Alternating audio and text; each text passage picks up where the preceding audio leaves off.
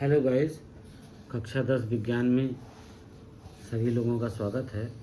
हमने पहला चैप्टर रासायनिक अभिक्रियाएं एवं रासायनिक समीकरण का संपूर्ण पाठ्यक्रम करा दिया था। आज उसका हम संपूर्ण हल कराएंगे। तो संपूर्ण हल में पहला सवाल देखिए, नीचे दी गई अभिक्रिया के संबंध में कौन सा कथन असत्य है। ये नीचे दी गई अभिक्रिया है, इसमें आपको बताना है कि कौन सा कथन असत्य है। यह अभिक्रिया दी हुई है 2PbO लेड ऑक्साइड जब कार्बन के साथ अभिक्रिया करती है तो लेड और कार्बन डाइऑक्साइड प्राप्त होता है।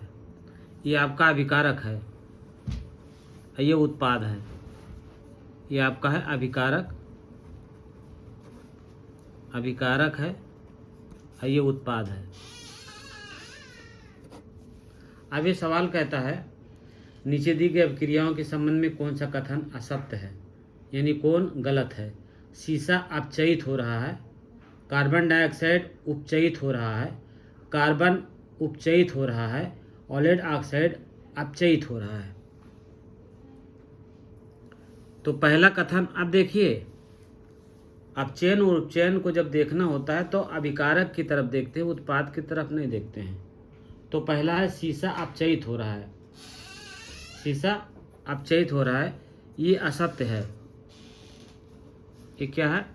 असत्य है। नंबर दूसरा भी क्या कह रहा है कि कार्बन डाइऑक्साइड उपचयित हो रहा है, ये भी असत्य है। नंबर तीसरा यानी ए पॉइंट कह रहा है ये असत्य है, बी पॉइंट भी असत्य है, सी पॉइंट भी, ये सी सत्य है, सी सत्य है और डी जो है ये सत्य है। अब कैसे सत्य असत्य हमने बता दिया। कह रहे सीसा अपचयित हो रहा है, सीसा अपचयित हो रहा है यानी अपचयित हो रहा है, इसका मतलब ऑक्सीजन की कमी हो रही है, लेकिन ऑक्सीजन यहाँ कमी नहीं हो रही है, यहाँ ऑक्सीजन सीसा का अपचयन नहीं हो रहा है, इसलिए असत्य है। और दूसरा वाला कार्बन डाइऑक्साइड उपचयित हो रहा है, ये भी असत्य है। कार्बन उपचयित हो रहा है, ये सत्य है। कार्बन का उपचयन हो रहा है यानी कार्बन में ऑक्सीजन की मात्रा बढ़ रही है, ऑक्सीजन की संख्या बढ़ रही है तो उपचयित हो रहा है। और लेड ऑक्साइड अपचयित हो रहा है, लेड से लेड ऑक्साइड प्राप्त हो रहा है, ऑक्सीजन की यहाँ पर कमी हो गई है तो अपचयित हो रहा है। तो पहला सत्य है, असत्य है, दूसरा असत्य है, तीसरा सत्य है, चौथा सत्य है। तो ये क्या पूछ रहा है कि कौन सा कथन असत्य है। इसमें आपका कौन सा कथन असत्य है आपको ये बताना है। तो ए और बी दोनों कथन असत्य हैं, ए और बी दोनों कथन असत्य हैं, ए और बी दोनों कथन असत्य हैं। ए और बी जो है ये दोनों कथन असत्य हैं, ए और बी, यानी इसका जो हल होगा वो पहला होगा। ए और बी दोनों कथन असत्य हैं, इसका जो हल होगा वो पहला होगा। अब दूसरा सवाल देखिए, दूसरा सवाल कहता है आपका फेरिक ऑक्साइड जो है एल्युमिनियम के साथ अभिक्रिया करता है, फेरिक ऑक्साइड। दूसरा कहता है Fe2O3। फेरिक ऑक्साइड जब एल्युमिनियम के साथ क्रिया करता है तो क्या बना लेता है? Aluminium oxide. Ferric oxide aluminium के साथ क्रिया करेगा तो ये बना लेगा Al2O3, aluminium oxide plus Fe बना लेगा। तो ये फेरिक ऑक्साइड है आपका, एल्युमिनियम के साथ क्रिया करता है तो एल्युमिनियम ऑक्साइड बना लेता है, फिर ये आयरन Fe जो है अलग हो जाता है। ऊपर दी गई अभिक्रिया किस प्रकार की अभिक्रिया है? संयोजन अभिक्रिया है, द्विविस्थापन अभिक्रिया है, वियोजन अभिक्रिया है कि विस्थापन अभिक्रिया है। 4 पॉइंट दिए हुए हैं, तो कौन सा अभिक्रिया है? इसका डी उत्तर होगा, ये विस्थापन अभिक्रिया है। कौन सी अभिक्रिया है? विस्थापन। ये विस्थापन अभिक्रिया है, क्योंकि ये जो है एल्युमिनियम जो है एल्युमिनियम ऑक्साइड यानी एल्युमिनियम जो है ये ऑक्सीजन के साथ जुड़ गया है तो ये एल्युमिनियम को विस्थापित कर दे रहा है, इसलिए विस्थापन अभिक्रिया है। यहाँ पर फेरिक ऑक्साइड के स्थान पर एल्युमिनियम ऑक्साइड हो जाता है, तो यहाँ पर फिर Fe ने Fe को विस्थापित कर दिया, इसलिए ये विस्थापन अभिक्रिया है। तो दूसरे का उत्तर हो जाएगा विस्थापन अभिक्रिया। अब तीसरे में आ जाइए, तीसरे में आते हैं। तीसरा कहता है कि लोह चूर्ण पर टन हाइड्रोक्लोरिक अम्ल डालने से क्या होता है? सही उत्तर पर निशान लगाइए। लोह चूर्ण पर हाइड्रोक्लोरिक अम्ल डालने पर, लोह चूर्ण Fe पर HCl डाल दीजिए, Fe पर HCl डाल दीजिए। लोह चूर्ण पर हाइड्रोक्लोरिक अम्ल डालने पर क्या होता है? आपको बताना है कि लोह चूर्ण पर हाइड्रोक्लोरिक अम्ल डालने पर क्या होता है। हाइड्रोजन गैस एवं आयरन क्लोराइड बनता है, क्लोरीन गैस एवं आयरन हाइड्रोक्साइड बनता है, कोई अपक्रिया नहीं होती है, आयरन लवण एवं जल बनता है, हाइड्रोजन गैस एवं आयरन क्लोराइड बनता है, हाइड्रोजन गैस और iron chloride FeCl2 iron chloride बनता है, यानी Fe प्लस HCl, तो ये बनता है FeCl2 प्लस H2। तो ये उत्तर इसका क्या हो जाएगा? इसका उत्तर हो जाएगा कि हाइड्रोजन गैस एवं आयरन क्लोराइड बनता है। इसका उत्तर होगा ए। इसका उत्तर कितना होगा? ए होगा इसका उत्तर। इसका उत्तर क्या होगा? ए होगा, क्योंकि हाइड्रोजन गैस और आयरन क्लोराइड बनता है, तो ये आपका उत्तर हो जाएगा। चौथा, संतुलित रासायनिक समीकरण क्या है? रासायनिक समीकरण को संतुलित करना क्यों आवश्यक है? हमने संतुलित रासायनिक समीकरण आपको पढ़ा दिया था कि संतुलित रासायनिक समीकरण क्या है। ये पूछ रहा है कि संतुलित रासायनिक समीकरण क्या है। तो वो रासायनिक समीकरण जिसके दोनों पक्षों में प्रत्येक तत्व के परमाणु की संख्या समान होती है, संतुलित रासायनिक समीकरण कहलाता है। पूछ रहा है संतुलित रासायनिक समीकरण क्या है?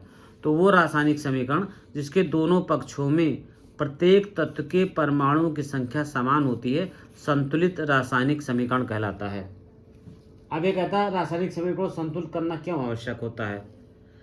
इसलिए आवश्यक होता है कि द्रव्यमान संरक्षण नियम के अनुसार किसी भी रासायनिक अभिक्रिया में द्रव्यमान का तो निर्माण होता है और ना ही विनाश, अर्थात किसी भी रासायनिक अभिक्रिया के उत्पाद तत्वों का कुल द्रव्यमान अभिकारक तत्वों के कुल द्रव्यमान के बराबर होता है। इसलिए रासायनिक समीकरण को संतुलित करने की आवश्यकता होती है। तो इसका एक उदाहरण हम ले सकते हैं। इसका एक उदाहरण हम चौथे का ले सकते हैं। जैसे हम चौथे का उदाहरण ले लिया हमने, Mg प्लस O2 = MgO। अब यहाँ पर देख लीजिए, इसको संतुलित कर दीजिए। O2 है तो यहाँ 2 MgO हो जाएगा और यहाँ पर 2 Mg कर देंगे, तो इस तरह से इसको हम प्राप्त कर लेंगे। ठीक है, आपको इसका स्क्रीनशॉट लेना है तो स्क्रीनशॉट ले लीजिए इसका। बहुत आसान सब क्वेश्चन है आपके। इस तरह से ये हमने चौथा क्वेश्चन करा दिया। अब पांचवा क्वेश्चन देख लीजिए आप। पांचवा क्वेश्चन क्या कहता है? पांचवा क्वेश्चन कहता है कि निम्न कथनों को रासायनिक समीकरण के रूप में परिवर्तित कर उन्हें संतुलित कीजिए। नाइट्रोजन हाइड्रोजन गैस से संयोग करके अमोनिया बनाता है। नाइट्रोजन हाइड्रोजन गैस से संयोग करके अमोनिया बनाता है। ठीक है, पहला देखिए, पांचवें का पहला कहता है कि नाइट्रोजन यानी N2 गैस जो है ये हाइड्रोजन से क्रिया करता है, ये भी गैस है, और ये बनाता है अमोनिया, NH3 बनाता है, अमोनिया बनाता है गैस। इसको संतुलित करना है। तो स्टेप फर्स्ट हमने ये लिख लिया। स्टेप फर्स्ट, चरण प्रथम हो गया, और स्टेप सेकंड ये हो गया। अब इसमें हम देखते हैं कि देखिए यहाँ पर हाइड्रोजन 2 है, यहाँ पर हाइड्रोजन 3 है, तो इसको सबसे पहले संतुलित करना है। तो अब स्टेप सेकंड में क्या करेंगे? N2 लिख दिया हमने, ये गैस है, प्लस H2 ये भी गैस है, इक्वल टू NH3 ये भी गैस है। अब यहाँ पर ये देखते हैं कि इसको हम कैसे संतुलित करेंगे। अब देखिए हाइड्रोजन यहाँ पर 2 है, यहाँ पर हाइड्रोजन 3 है, तो यहाँ पर अगर 2 कर दें तो हाइड्रोजन 6 होगा, यहाँ 3 कर दें तो हाइड्रोजन 6 हो गया। अब यहाँ नाइट्रोजन 2 है, तो नाइट्रोजन 2 है, नाइट्रोजन 2 हो गया, हाइड्रोजन 6 हो गया, यहाँ पर ये संतुलित हो गया। ठीक है, तो इस तरह से इसको हम संतुलित कर लेते हैं।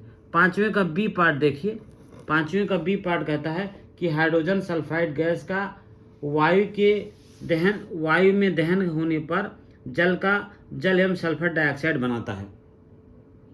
हाइड्रोजन परऑक्साइड H2S ऑक्सीजन के साथ दहन करता है तो जल और सल्फर डाइऑक्साइड गैस बनाता है। ये देख लीजिए, स्टेप फर्स्ट यही हो जाएगा। स्टेप फर्स्ट में क्या कर देंगे, स्टेप फर्स्ट में हो जाएगा H2S गैस जो है वो क्रिया करती है किससे, ऑक्सीजन के साथ, ऑक्सीजन गैस के साथ क्रिया करती है। H2S गैस ऑक्सीजन के साथ क्रिया कर लेती है तो क्या बनाती है, जल बना लेती है और सल्फर डाइऑक्साइड बना लेती है। ये भी गैस बनाती है, जल और सल्फर डाइऑक्साइड गैस बनाती है। क्या बना लेती है, जल और सल्फर डाइऑक्साइड गैस बना लेती है। अब स्टेप फर्स्ट हो गया, स्टेप सेकंड में इसको आप बैलेंस कर दीजिए। स्टेप सेकंड में बैलेंस कर दीजिए तो H2 है, यहाँ पर H2 है तो ये बैलेंस हो गया। सल्फर देखिए 1 है, सल्फर 1 है, बैलेंस हो गया। ऑक्सीजन यहाँ 2 है, यहाँ ऑक्सीजन 2 और 1 3 है, तो ऑक्सीजन 3 है तो इसको हम पहले बैलेंस करेंगे, ऑक्सीजन 3 को। अब यहाँ ऑक्सीजन हमने 2 कर दिया तो 2 दूनी 4 और ऑक्सीजन हो गया 6, 4 2 6 ऑक्सीजन हो गया। और यहाँ पर ऑक्सीजन 2 है तो 3 से गुणा कर दिया तो 3 दूनी 6 ऑक्सीजन हो गया। ठीक है, अब क्या हो गया, अब ऑक्सीजन से 6 हो गया, हाइड्रोजन 4 हो गया।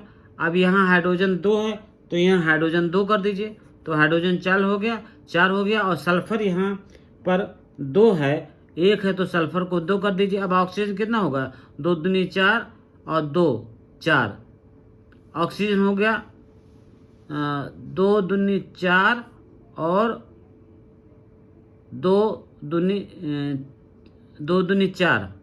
तो यहाँ पर क्या हो जाएगा, यहाँ पर ऑक्सीजन को 3 से गुणा कर दिए, 3 दूनी 6 ऑक्सीजन हो गया और यहाँ 2 ऑक्सीजन हो गया और 4 ऑक्सीजन हो गया। यह 4 ऑक्सीजन हो गया, ये 2 से गुणा कर दिया हमने तो यहाँ पर 4 ऑक्सीजन हो गया और यहाँ 2 ऑक्सीजन हो गया तो 6 ऑक्सीजन हो गया और यहाँ पर 6 ऑक्सीजन हो गया, ऑक्सीजन बैलेंस हो गया, हाइड्रोजन 4 हो गया और सल्फर जो है यहाँ पर 2 हो गया तो सल्फर यहाँ 2 हो गया। तो इस तरह से स्टेप सेकंड में बैलेंस हो जाएगा। तो हमने स्टेप सेकंड में हमने बैलेंस कर दिया, H2S plus 3O2 equal to 2H2O plus 2SO2, इस तरह से बैलेंस हो गया। सी क्या कहता है, सी कहता है कि एल्युमिनियम सल्फेट के साथ अपक्रिया कर बेरियम क्लोराइड, एल्युमिनियम क्लोराइड एवं बेरियम सल्फेट का अवक्षेप देता है। ठीक है, एल्युमिनियम सल्फेट के साथ अपक्रिया करके, यानी एल्युमिनियम सल्फेट है ये Al2SO4, इसका नाम हो जाएगा एल्युमिनियम सल्फेट, Al2SO4 थ्राइस। ये एल्युमिनियम सल्फेट है, बेरियम क्लोराइड के साथ क्रिया करता है, BaCl2 के साथ क्रिया करता है तो क्या देता है, बेरियम सल्फेट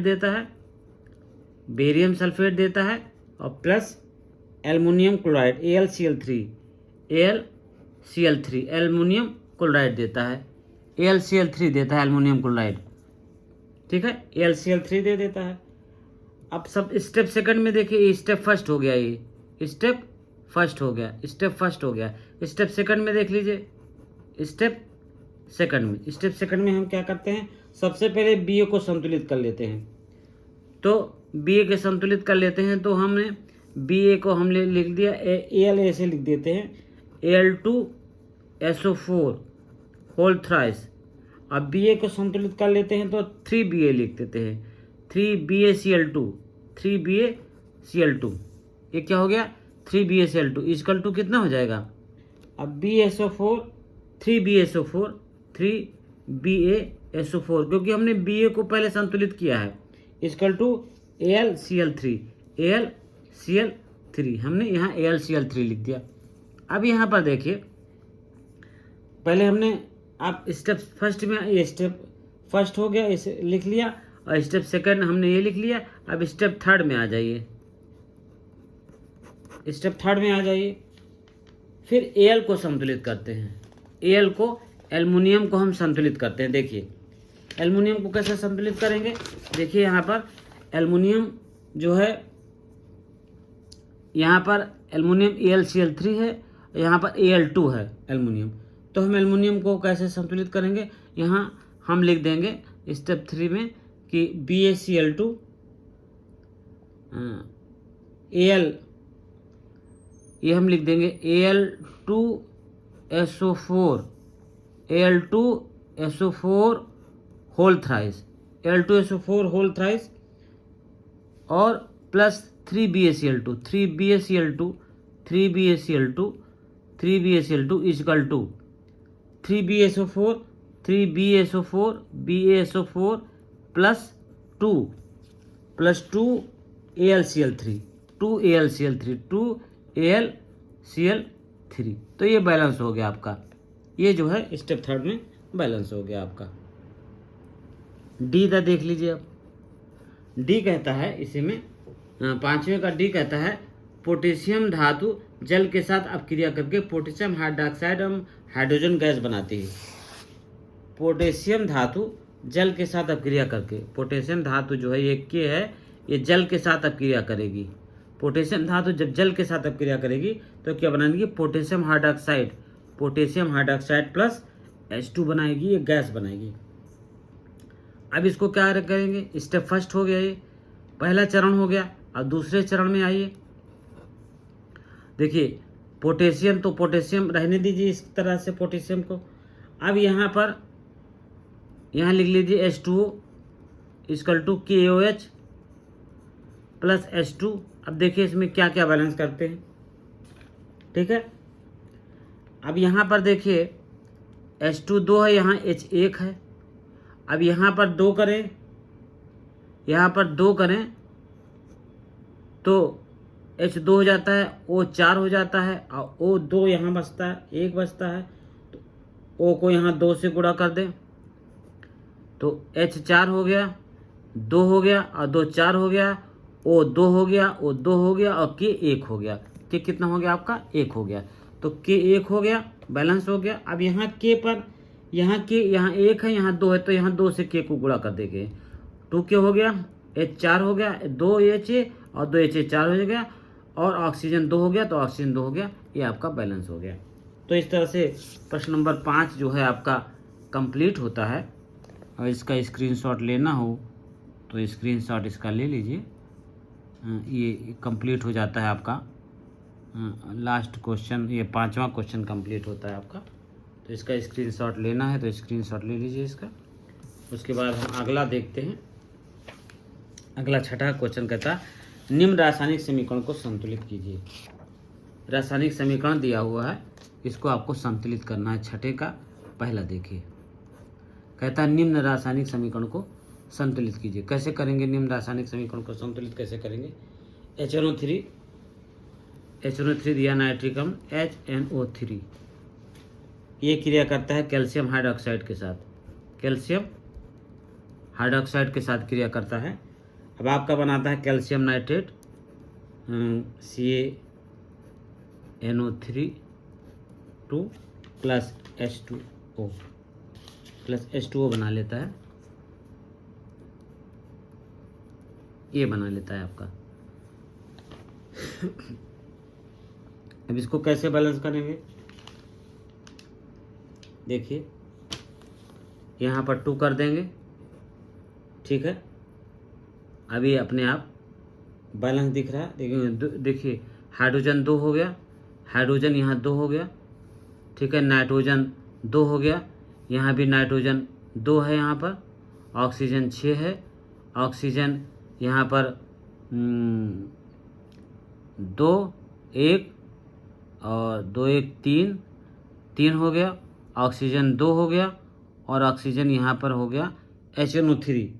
यहाँ पर ऑक्सीजन देखिए, यहाँ पर 2 से गुणा कर देंगे, 2H2O, यहाँ पर 2 से गुणा कर देंगे इसको। अब यहाँ क्या करेंगे, ये हमारा रिएक्शन था आपका, ये इतना था पहले हमारा रिएक्शन, ये था, अभी बैलेंस नहीं कर रहे हैं। ये पहले रिएक्शन था HNO3 ये दिया हुआ है आपका। अब इसको स्टेप फर्स्ट में बैलेंस करेंगे। स्टेप फर्स्ट में कैसे बैलेंस करेंगे, अब यहाँ पर देखते हैं, एक बार में ही बैलेंस कर देता हूँ मैं। 2HNO3 2 HNO3 plus COH2 equal to CaNO3 plus 2H2O। अब यहाँ पर आप देखेंगे तत्वों की सारी संख्याएं जो है वो बराबर दी हुई हैं, तो तत्वों की सारी संख्या को देख लेंगे और वो सारी की सारी बराबर दी हुई हैं। दूसरा है सोडियम हाइड्रोक्साइड। दूसरा सोडियम हाइड्रोक्साइड एक क्रिया करता है किसके साथ? सल्फ्यूरिक अम्ल के साथ क्रिया करता है। सोडियम हाइड्रोक्साइड सल्फ्यूरिक अम्ल के साथ क्रिया करता है तो सोडियम सल्फेट बनाता है और बनाता है जल। सोडियम सल्फेट बनाता है और जल बनाता है। इसको एक ही स्टेप में हम सॉल्व कर देते हैं।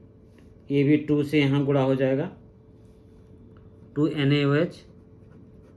2NaOH plus H2SO4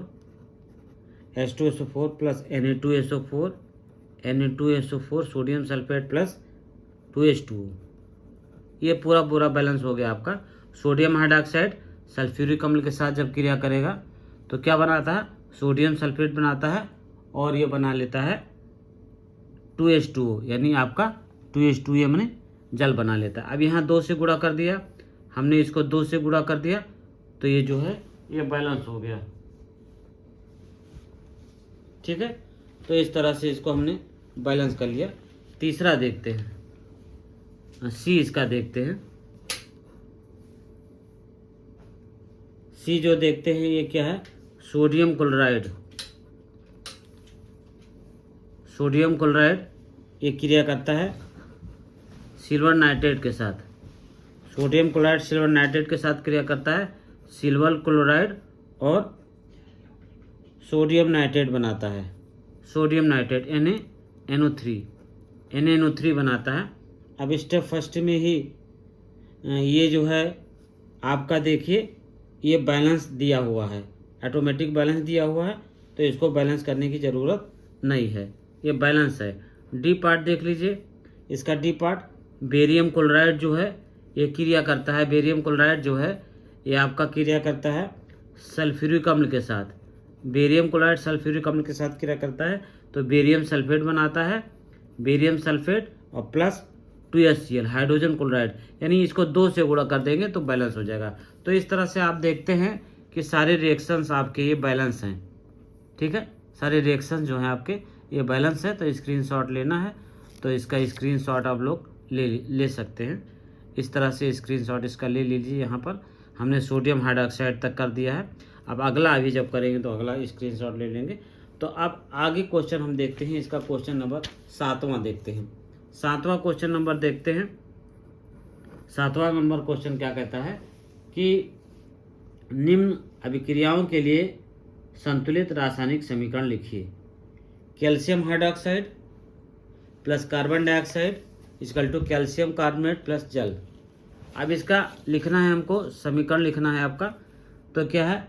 calcium hydroxide COH2, calcium hydroxide plus carbon dioxide CO2 equal to calcium carbonate CaCO3 plus जल प्लस कैल्शियम कार्बोनेट प्लस जल H2। ये हमने रिएक्शन लिख दिया इसका। 7वें का फर्स्ट, 7वें का फर्स्ट हो गया। 7वें का सेकंड कहता है 7वें का सेकंड कहता है जिंक प्लस सिल्वर नाइट्रेट यानी Zn plus AgNO3 silver nitrate जब क्रिया करता है तो जिंक नाइट्रेट बनाता है ZnNO3 प्लस आपका बना लेता है Ag। क्या बना लेता है? Ag बना लेता है। इसको संतुलित कर लेते हैं। स्टेप फर्स्ट में समीकरण तो लिख दिया, लेकिन अब इसको संतुलित भी कर लेते हैं। तो संतुलित करने के लिए क्या करते हैं? Zn plus 2AgNO3 equal to ZnNO3 plus 2Ag। यहाँ पर Ag 1 था, यहाँ पर Ag 2 था, तो यहाँ पर 2Ag हमने कर दिया। यहाँ पर भी 2Ag कर दिया, यहाँ पर 2Ag कर दिया, तो ये बैलेंस हो जाता है। तो इस तरह से इसको बैलेंस कर लेते हैं। अब इसका भी स्क्रीनशॉट लेना है तो स्क्रीनशॉट आप ले सकते हैं, इसका भी स्क्रीनशॉट ले लीजिए, इसका भी, और स्क्रीनशॉट इसका भी ले लीजिए। और इस तरह से आप ये हमने 7वें का 2 सवाल फर्स्ट ए और बी कर दिया है। 7वें का ए बी कर दिया। आप सी देख लीजिए। 7वें का सी कहता है aluminium plus copper plus chloride, aluminium plus copper chloride, aluminium plus copper chloride CuCl2, aluminium plus copper chloride. तो ये कहता है aluminium chloride AlCl3, aluminium chloride plus आपका बना लेता है aluminium chloride plus copper Cu बना लेता है। अब इसको हम बैलेंस कर लेते हैं, बैलेंस कैसे करेंगे? 2Al हो जाएगा ये, और 3CuCl2 plus 2AlCl3 plus 3Cu। अब बैलेंस करेंगे तो अपने आप बैलेंस हो जाएगा। पहले बड़े वाले संख्या को बैलेंस करेंगे, फिर छोटे वाले संख्या को बैलेंस करेंगे। हमने बैलेंस करके बता दिया है कि किस तरह से बैलेंस किया जाता है। अब आइए डी, इसका बेरियम क्लोराइड ये कापर सल्फेट के साथ क्रिया करता है तो बन लेता है, बेरियम क्लोराइड पोटेशियम सल्फेट के साथ क्रिया करता है तो बेरियम सल्फेट बनाएगा प्लस पोटेशियम क्लोराइड बनाएगा। तो यहाँ 2 से अगर गुणा कर दें तो आपको बैलेंस समीकरण डायरेक्ट प्राप्त हो जाता है। तो इस तरह से इसको हम बैलेंस कर लेते हैं और इस तरह से हम इसको समीकरण को बैलेंस कर लेते हैं। अब अगला सवाल आते हैं। क्वेश्चन नंबर ये हो गया आपका 7वां सवाल हो गया, 7 सवाल हो गए। 8वां सवाल कर लीजिएगा, कुछ नहीं है। संतुलित समीकरण लिखिए, उसके प्रत्येक का प्रकार बताइए। संतुलित 8वां सवाल आप लोग कर लीजिएगा, बहुत आसान है, ज़्यादा इसको कराने की ज़रूरत नहीं है। 7 सवाल हो गए तो 8वां सवाल आप लोग कर लीजिएगा। 8वां सवाल बहुत आसान है, कहता है कि निम्न अभिक्रियाओं के लिए संतुलित रासायनिक समीकरण लिखिए और प्रत्येक अभिक्रिया का प्रकार बताइए। Potassium bromide plus barium iodide equal to potassium iodide plus barium bromide. तो 8वां सवाल आप लोग कर सकते हैं, ज़्यादा परेशान होने की दिक्कत नहीं है, क्योंकि ये सवाल उन्हीं सवालों में आएंगे जो हमने करा रखे हैं। तो आप इसको कर सकते हैं, या इसको मैं करा भी देता हूँ, देख लीजिए थोड़ा सा, आप इसको देख लीजिए। ये कहता है कि ये कहता है आपका बेरियम कैल्शियम हाइड्रोक्साइड निम्न अभिक्रियाओं के लिए संतुलित रासायनिक समीकरण लिखिए तथा प्रत्येक समीकरण का प्रकार बताइए। निम्न अभिक्रियाओं के लिए संतुलित रासायनिक समीकरण लिखिए, प्रत्येक अभिक्रिया का प्रकार बताइए। ठीक है, तो पोटेशियम ब्रोमाइड है, पोटेशियम ब्रोमाइड देख लीजिए, 8वां अच्छा करा ही देते हैं। पोटेशियम ब्रोमाइड एक KBr होता है पोटेशियम ब्रोमाइड, इसको हम 2 से गुणा कर देते हैं तो 2 KBr हो जाएगा पोटेशियम ब्रोमाइड। ये क्रिया करता है आपका बेरियम आयोडाइड से BaL2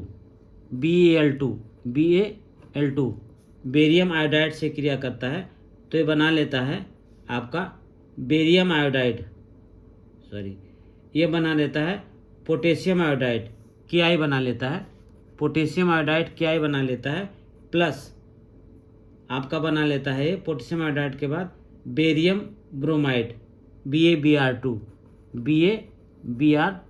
बना लेता है, BaBr2 बना लेता है। तो अब इसको संतुलित करेंगे तो इसको 2 से गुणा कर देंगे और इसको भी 2 से गुणा कर देंगे, 2 पोटेशियम आयोडाइड, तो ये संतुलित आपका समीकरण प्राप्त हो जाएगा। दूसरा कहता है 8वें का दूसरा कहता है कि zinc carbonate ZnCO3 zinc carbonate जब क्रिया करता है, ऊष्मा दिया जाता है उसको, जिंक कार्बोनेट को जब ऊष्मा दिया जाता है तो ये किस में परिवर्तित होता है, जिंक ऑक्साइड में, किसमें, जिंक ऑक्साइड में परिवर्तित हो जाता है, प्लस जिंक ऑक्साइड में और प्लस कार्बन हाइड्रोक्साइड में, जिंक ऑक्साइड और जिंक ऑक्साइड में परिवर्तित हो जाता है और कार्बन डाइऑक्साइड में परिवर्तित हो जाता है। तो CO2, ये CO2 में परिवर्तित हो जाता है आपका, ये CO2 में परिवर्तित हो जाता है, जिंक ऑक्साइड और कार्बन डाइऑक्साइड में आपका ये परिवर्तित हो जाता है। तो ये दिया हुआ है आपका, इस तरह से दोनों 8वें का फर्स्ट हो गया ए हो गया ये, और 8वें का बी हो गया, ये 8वें का सी। देखिए ये डायरेक्ट बैलेंस दिया हुआ है आपका। तीसरा है hydrogen gas plus chlorine gas, आप आगे लगा दीजिएगा गैस, जैसे लिखा हुआ है हम डायरेक्ट लिख देते हैं, hydrogen gas plus chlorine gas, तो ये बना लेती है हाइड्रोजन क्लोराइड 2HCl, यहाँ 2 से गुणा कर देंगे तो हाइड्रोजन क्लोराइड बना लेगा। तो इसमें आप लिख दीजिएगा ये गैस है, ये भी गैस है, ये भी गैस है, क्योंकि इसमें सब में लिखा हुआ है तो आप इस तरह से लिख दीजिएगा। उसके बाद है मैग्नीशियम प्लस हाइड्रोजन क्लोराइड, जैसे हम एक लिख के बता देते हैं, मैग्नीशियम इसके आगे लिखा है सॉलिड, तो ऐसे सॉलिड आप लिख देंगे। हाइड्रोजन क्लोराइड लिखा हुआ है HCl, गैस लिखा हुआ है तो आप गैस लिख देंगे। यहाँ पर गैस AQ लिखा हुआ है, AQ लिखा हुआ है तो AQ लिख दिया मैंने। और यहाँ पर उसके बाद आपका है मैग्नीशियम क्लोराइड MgCl2, ये भी AQ लिखा हुआ है तो AQ लिख दिया हमने, और H2 गैस लिखा हुआ है तो हमने H2 गैस लिख दिया यहाँ पर। अब इसको बैलेंस कर लेते हैं, इसको बैलेंस कर लेते हैं तो क्या हो जाता है, यहाँ पर 2HCl हो जाता है और यहाँ पर इतना ही रहता है। तो अब पहला जो अपक्रिया होगा वो द्विविस्थापन होगा। पहला कौन सा होता है, द्विविस्थापन अपक्रिया है, ये द्विविस्थापन है, यानी द्विविस्थापन हो जाता है। जैसे पोटेशियम जो है आयोडीन के साथ चला जाता है और बेरियम जो है ब्रोमीन के साथ चला जाता है, तो दो विस्थापन हो जाता है। और बी जो है विस्थापन हो जाता है, जिंक जो है ऑक्सीजन के साथ विस्थापन हो जाता है और कार्बन डाइऑक्साइड अलग हो जाता है। तो बी जो है आपका विस्थापन अपक्रिया है। बी क्या है, विस्थापन है, ये बी विस्थापन है, बी जो है विस्थापन है। और सी कौन सी अपक्रिया है, सी आपकी है संयोजन अपक्रिया। सी जो है संयोजन अपक्रिया है, दोनों संयोजित हो गए हैं। सी संयोजन में क्या होता है, hydrogen plus chlorine hydrogen chloride हो जाता है। और डी भी आपका विस्थापन है, डी क्या हो रहा है, ए भी विस्थापित हो रहा है, तो डी भी आपका विस्थापन अपक्रिया है। ठीक है, तो यहाँ से अब डी विस्थापन अपक्रिया है। उसके बाद उष्मा क्षेपी अपक्रिया, उष्मा शोषी अपक्रिया। हमने आपको बता दिया था कि उष्मा क्षेपी अपक्रिया क्या होती है और उष्मा शोषी अपक्रिया क्या होती है। पहले ही हमने बता दिया था कि उष्मा क्षेपी और उष्मा शोषी क्या होती है, तो थोड़ा सा बता देंगे। इसमें उष्मा शोषी अपक्रिया होती है, देखिए उष्मा शोषी की क्या परिभाषा है। उष्मा शोषी अपक्रिया किसे कहते हैं, जिन अपक्रियाओं में उष्मा अवशोषित होती है उन्हें उष्मा शोषी अपक्रिया कहते हैं। N2O2 2NO उष्मा जो है शोषित हो जाती है, और H2I2 2HI इसमें उष्मा जो है उष्मा का शोषण होता है, यानी शोषित हो जाती है और सोख लेती है उष्मा को। और दूसरा हमने बताया था उष्मा क्षेपी। ठीक है, उष्मा बाहर निकलती है जिन संयोजन की क्रियाओं में उत्पाद के निर्माण के साथ साथ उष्मा भी उत्पन्न होती है। ये परिभाषा कहता है कि जिन संयोजन की क्रियाओं में उस उत्पाद के निर्माण के साथ साथ उष्मा भी उत्पन्न होती है उन्हें उष्मा क्षेपी रासायनिक अपक्रिया कहते हैं। हमने उदाहरण बता दिया था, ये calcium oxide plus H2O, calcium hydroxide plus उष्मा। इसमें उष्मा क्षेपी में प्लस उष्मा निकलती है, प्लस उष्मा ग्रहण कर लेती है, इसमें उष्मा शोषी में यानी उष्मा को बाहर निकाल देती है। तो इस तरह से हमने उष्मा क्षेपी और उष्मा शोषी अपक्रिया आपको बता दिया था। तो इसका स्क्रीनशॉट लेना है तो स्क्रीनशॉट यहाँ से ले लीजिए आप लोग, और इसके बाद इसका स्क्रीनशॉट लेना है तो इसका भी स्क्रीनशॉट ले लीजिए। तो इस तरह से हमने, अब आता है श्वसन को उष्मा क्षेपी अपक्रिया क्यों कहते हैं, वर्णन कीजिए। श्वसन को उष्मा क्षेपी अपक्रिया क्यों कहते हैं, आप इसको दर्शाइए। तो यहाँ देखिए, श्वसन को ऊष्माक्षेपी अपक्रिया क्यों कहते हैं, ये लिखा हुआ है, देख लीजिए, हमने यहाँ पर लिख दिया है कि श्वसन को ऊष्माक्षेपी अपक्रिया क्यों कहते हैं, वर्णन कीजिए। ठीक है, तो यहाँ पर देख लीजिए, स्पष्ट है कि चावल, आलू तथा ब्रेड में कार्बोहाइड्रेट होता है जो पाचन क्रिया के समय छोटे छोटे टुकड़ों में टूट जाते हैं। इस प्रकार के टूटने से ग्लूकोज प्राप्त होता है। ये ग्लूकोज हमारे शरीर की कोशिकाओं में उपस्थित ऑक्सीजन से मिलकर हमें ऊर्जा प्रदान करता है। इस अपक्रिया का विशेष नाम श्वसन होता है। अब यहाँ देखिए, C6H12O6, ये ग्लूकोज जो है ये क्रिया करता है ऑक्सीजन के साथ, 6CO2 के साथ अपक्रिया करता है, तो कार्बन डाइऑक्साइड बना लेता है और जल बना लेता है। तो ये आपका प्राप्त हो जाता है ऊष्मा श्वसन को ऊष्माक्षेपी अपक्रिया क्यों कहते हैं। ये आप अगर इसका स्क्रीनशॉट लेना है तो इसका स्क्रीनशॉट आप ले लीजिए, यहाँ से इसका स्क्रीनशॉट ले लीजिए, और यहाँ से थोड़ा सा ये कट हो रहा है तो इसको देख लीजिएगा, इसको यहाँ से स्क्रीनशॉट आप लोग ले सकते हैं इसका। तो इस तरह से आप जो है इसको समझ सकते हैं। आप 14 नंबर सवाल देख लीजिए। 14 नंबर सवाल कहता है, श्वसन को ऊष्माक्षेपी अपक्रिया क्यों का वर्णन कीजिए। तो श्वसन को ऊष्माक्षेपी अपक्रिया क्यों कहते हैं हमने क्लियर कर दिया है। तो इस तरह से अब ये सारे सवाल वियोजन अपक्रिया को संयोजन अपक्रिया के विपरीत क्यों कहा जाता है, तो ये हम पढ़ा चुके हैं, इसको पढ़ लीजिए अपने आप। उसके बाद 14वां सवाल है, ये सारे सवाल द्विविस्थापन अपक्रिया, विस्थापन अपक्रिया, इसका वियोजन अपक्रिया। 14 सवाल है, सिल्वर के शोधन में सिल्वर नाइट्रेट की विलयन में सिल्वर प्राप्त करने के लिए कॉपर धातु द्वारा विस्थापित किया जाता है। इस प्रक्रिया के लिए आप क्रिया लिखिए। तो इसको देख लीजिए आप, सिल्वर के शोधन में सिल्वर नाइट्रेट के विलयन से सिल्वर प्राप्त करने के लिए कॉपर धातु द्वारा विस्थापित किया जाता है। इस प्रक्रिया के लिए आप क्रिया लिखिए। ये है कॉपर और सिल्वर, कॉपर सिल्वर नाइट्रेट का क्या करते हैं, तो कॉपर नाइट्रेट बना लेता है और सिल्वर जो है अलग हो जाता है, सिल्वर नाइट्रेट है। तो ये अपक्रिया आपकी हो जाएगी Cu+2AgNO3 = CuNO32 + 2Ag, ये आपका प्राप्त हो जाता है। तो इस तरह से ये चैप्टर आपका समाप्त हो जाता है। इसका स्क्रीनशॉट लेना है तो स्क्रीनशॉट इसका भी ले लीजिए। ये चैप्टर आपका समाप्त हो जाता है। तो चैनल अगर आपको पसंद आता है तो चैनल को लाइक और सब्सक्राइब करें, बेल आइकन को दबाएं, जिससे आपके पास नोटिफिकेशन तुरंत पहुंच जाए। धन्यवाद।